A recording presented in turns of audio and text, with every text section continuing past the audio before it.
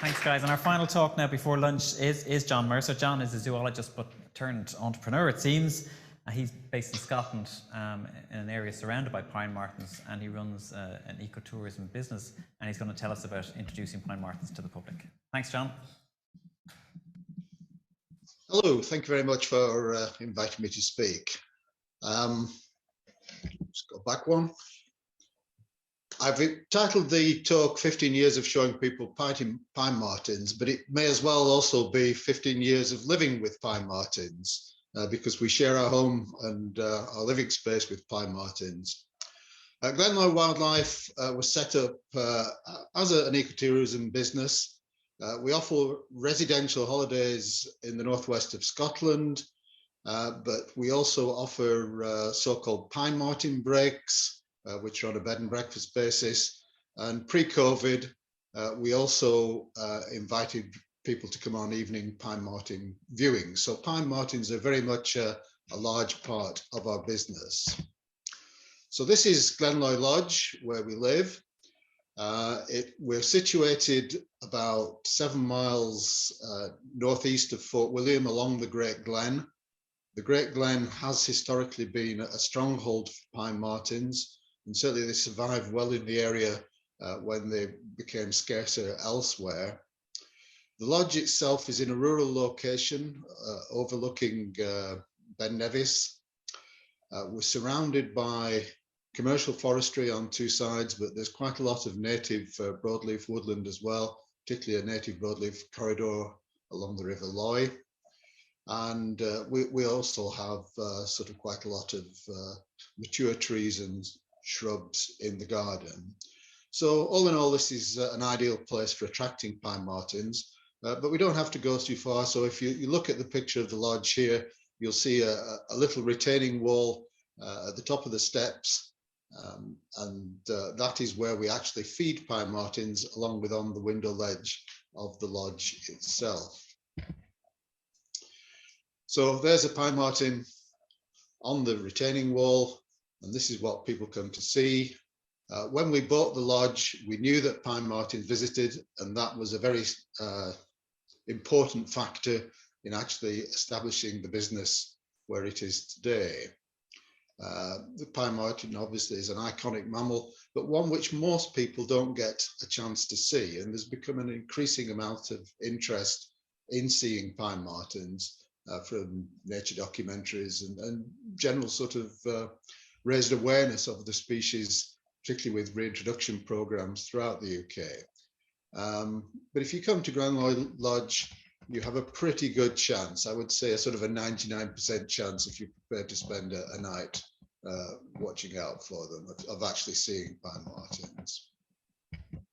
So I'm just going to share a little video here. This is taken by one of our guests. So this is actually taken through glass through the sun lounge of the lodge, and it really presents a guest side view of what's going on. So here's me feeding the Pine Martens. Pine Marten here is feeding on bread and peanut butter. I put it out on the steps of the lodge and also the window ledges. And you might have noticed in the first frame there was a Pine Marten actually waiting at the bottom of the steps to be fed. So they're not shy, and they're certainly habituated to people coming and feeding. And because you can get so close to them, this is literally taken from the sun lounge, and this is it on the sun lounge window, people have a very good view. So it's not distant. We floodlight the steps in the front of the lodge so people can see them at night. And really, you know, people can get a very good impression of them. They see the size of the feet, how the fur is changing. You'll see our minibus in the background there. And quite often we get interactions between Pine Martens. This is a mother and a large male kit, as you can see. It's always chances there aren't to get a feed, even when they should really be well past weaning. But we do actually see several Pine Martens, sometimes at once, and it does give people a chance to get very close. This is actually too close for photography just through the sun lounge window. So I think we're pretty much there. So this is just a snapshot of perhaps our most famous resident, which was a Pine Marten that was a resident female. The females hold territory, and it's her that basically has the breeding territory around the lodge.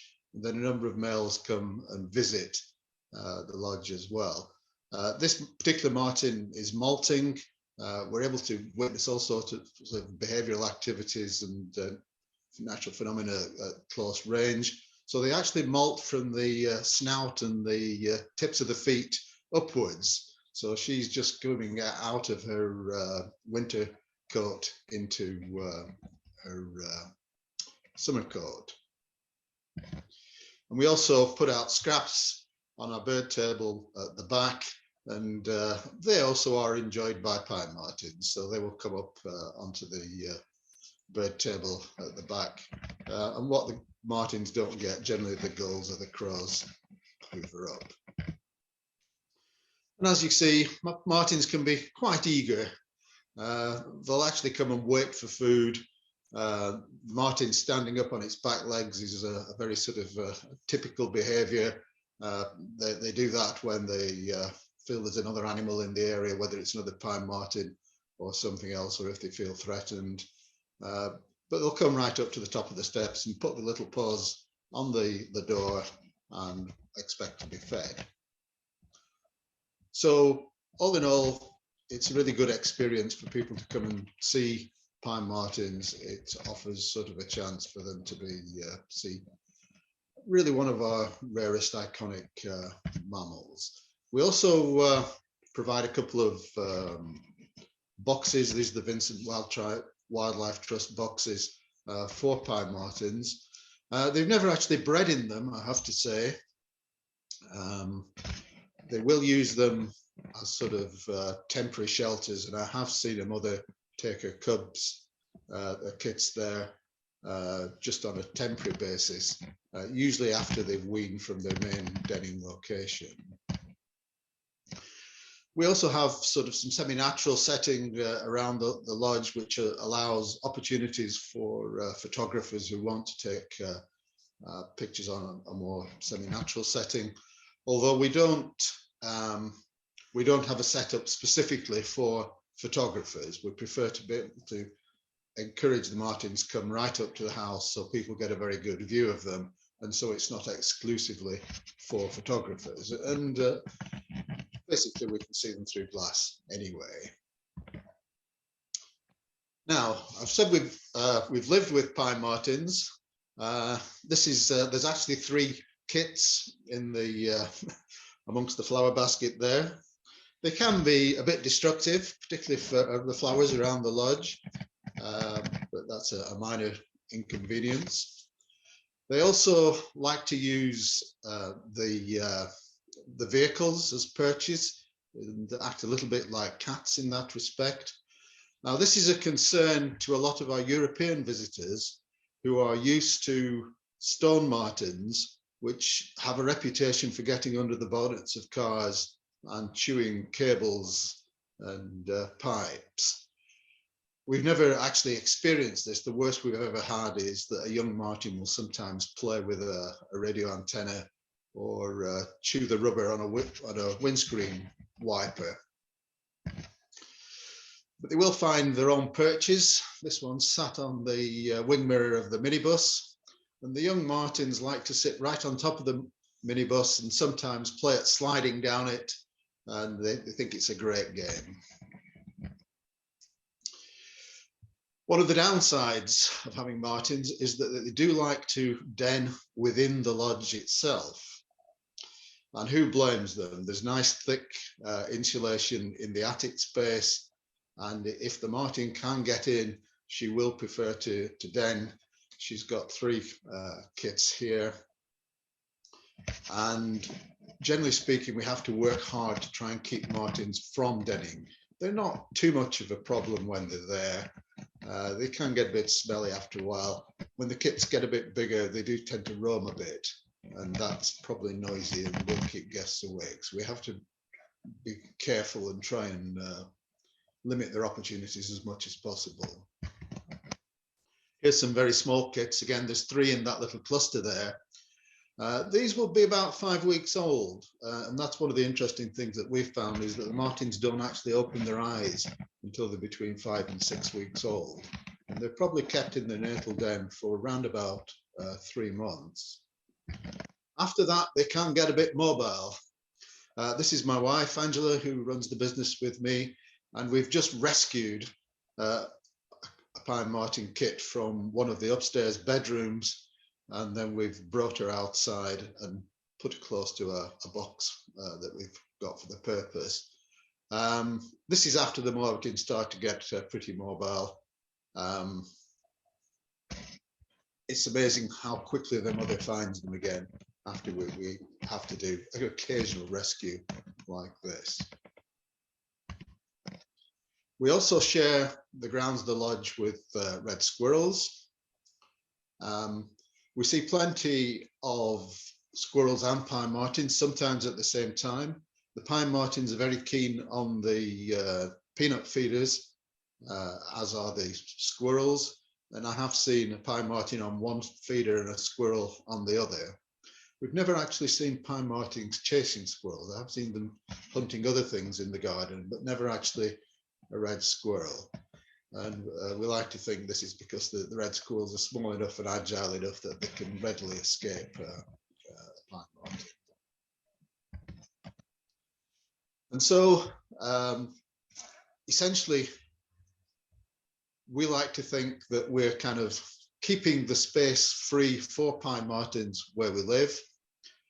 They've been here longer than us. People have been feeding pine martens at Glenloy Lodge for at least 40 years, and we're just continuing that condition. They don't seem to suffer by it in any way. There's plenty of martens around, maybe 4 or 5 visiting any one night. And so no martens are sort of exclusively relying on the food we offer them. But we're sharing their space. They were there before us, and bye-bye. That's all that I have to say. Thank you.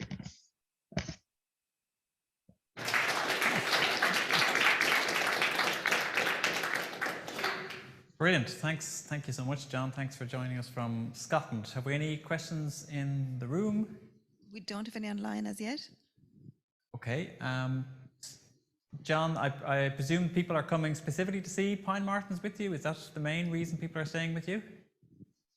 It's one of the reasons. We do run full-on residential week-long wildlife holidays. So the pine martens are there every evening, so they don't have to go out with us to see them. They're just there, but we will take them out to see otters and eagles, but also dragonflies, butterflies, flowers, the whole range of things that there are in the Northwest Highlands. Brilliant. Sounds great. And I presume there's a website that we can all look at.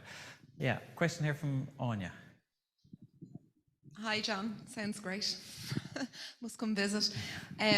Is there any issues with your neighbours complaining about the pine martens being habituated? You know, obviously you guys love them and brilliant, but and it does look remote, but are your neighbours complaining that your friendly pine martens are not welcome at their places? Or well, as it happens, the lodge has been here for about 100 years, and all the other places have been, our near neighbours have built, or houses have been built next door to us since. Of those, at least 2 people owned the lodge before, and they both fed pine martens. So no, people are used to pine martens being fed in the area. I'd say one of the big problems in sort of the wider area are pine martens getting into chicken runs. So if you're going to keep livestock like chickens or ducks, you really have to sort of make them, keep them in pine marten proof enclosures. I mean, I would say that would be the biggest area of concern. And obviously, Pine Marten's getting into houses, which is probably not great in the long term for hygiene and a lot of other reasons. Great. Thanks, John. Any final questions? Great. I think we're running a few minutes behind, but I think we will draw a line there. John, thank you very much for joining us from Scotland. Pleasure. Cheers. Take care.